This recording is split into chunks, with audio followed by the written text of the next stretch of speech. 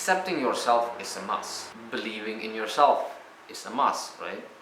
But do not make bad habit your identity. Don't take a bad habit as your identity. For example, you have this tendency overeating, you're binge eating. Do not make this your identity.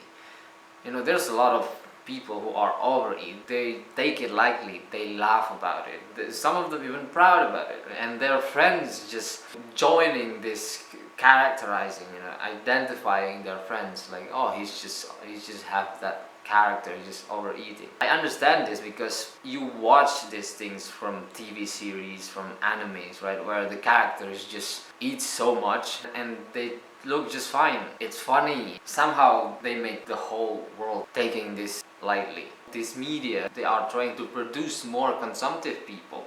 It's a business, right? So next time you want to be proud of your overeating, think about this. You've been used, you've been played. So yeah, do not make bad habit your identity. And instead of making this bad habit your identity, realize this. If I say this, it's gonna sound like it's a trick. It's not a trick, it's actually scientific, right? When you're overeating, it's not who you are, right? It's actually your body have this, your brain have this leptin resistance. That leptin is a hormone for a satiety feeling, right? It's a hormone that gonna sense the feeling of full to your brain.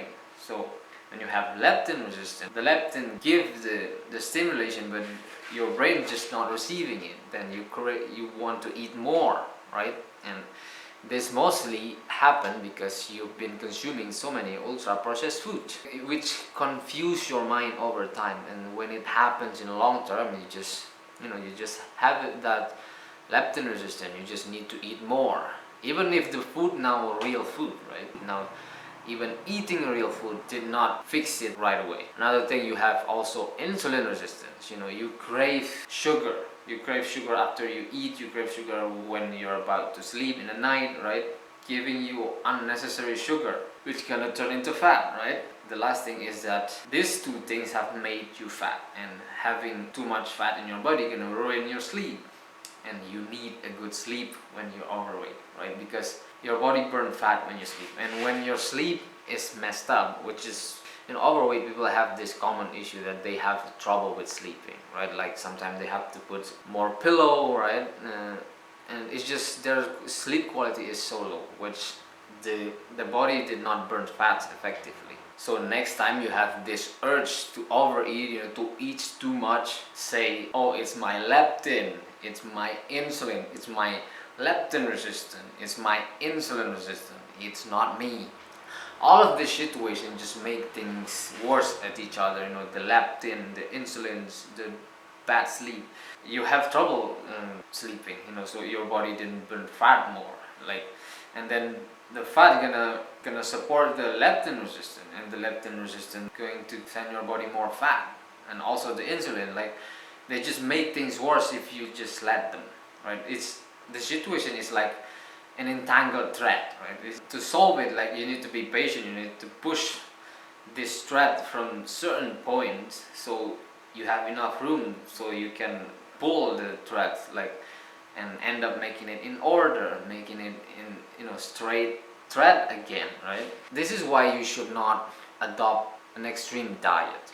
You don't just make yourself fast like crazy, unless it's Ramadan fast. Okay, do not adopt an extreme diet. Do it slowly with the process, how you deal with leptin resistance. Eat more food that give more satiety feeling, that is high protein, right? Like eggs and meat. Insulin resistance, you deal with insulin resistance to lose more fat. Control your stress. Avoid gaming. Gaming sometimes gives a lot of stress. I play game myself, and sometimes it just gives you unnecessary cortisol. You need to fix your sleep. You see, when you keep this thing, just let them go, they just make things worse. So you need to fix your sleep. You need to get more vitamin D. Do not underestimate the power of vitamin D or the power of the suns, where they can give you melatonin. So every morning you try your best to get the sun, take off your shirt and go under the sun. That's what I do every day. If you have a trick to fix your sleep, how you deal with your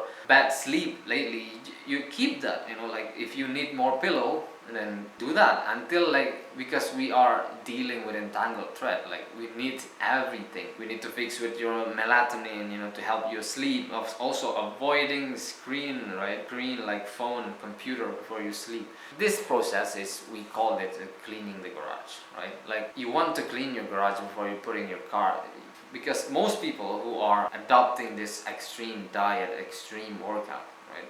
It's like people who are not ready. Their garage is full of toys, right? Kids stuff. You can do it for a few days and then you just relapse. Sometimes you just relapse really bad. You don't even see yourself doing it ever again in the future. So take it with a process, because when you change your habits rapidly, your mind is going to think like you're probably stuck in somewhere, just you can't get food. So they're just gonna make you, we're gonna eat more after we get out of this situation. We need to like kind of sneak out to your body security to change your habit with a good process. It's easy to do a workout for a few days, months, it's easy to adopt a certain diet, but to keep going the next few years, it takes a real consistency, a real commitment.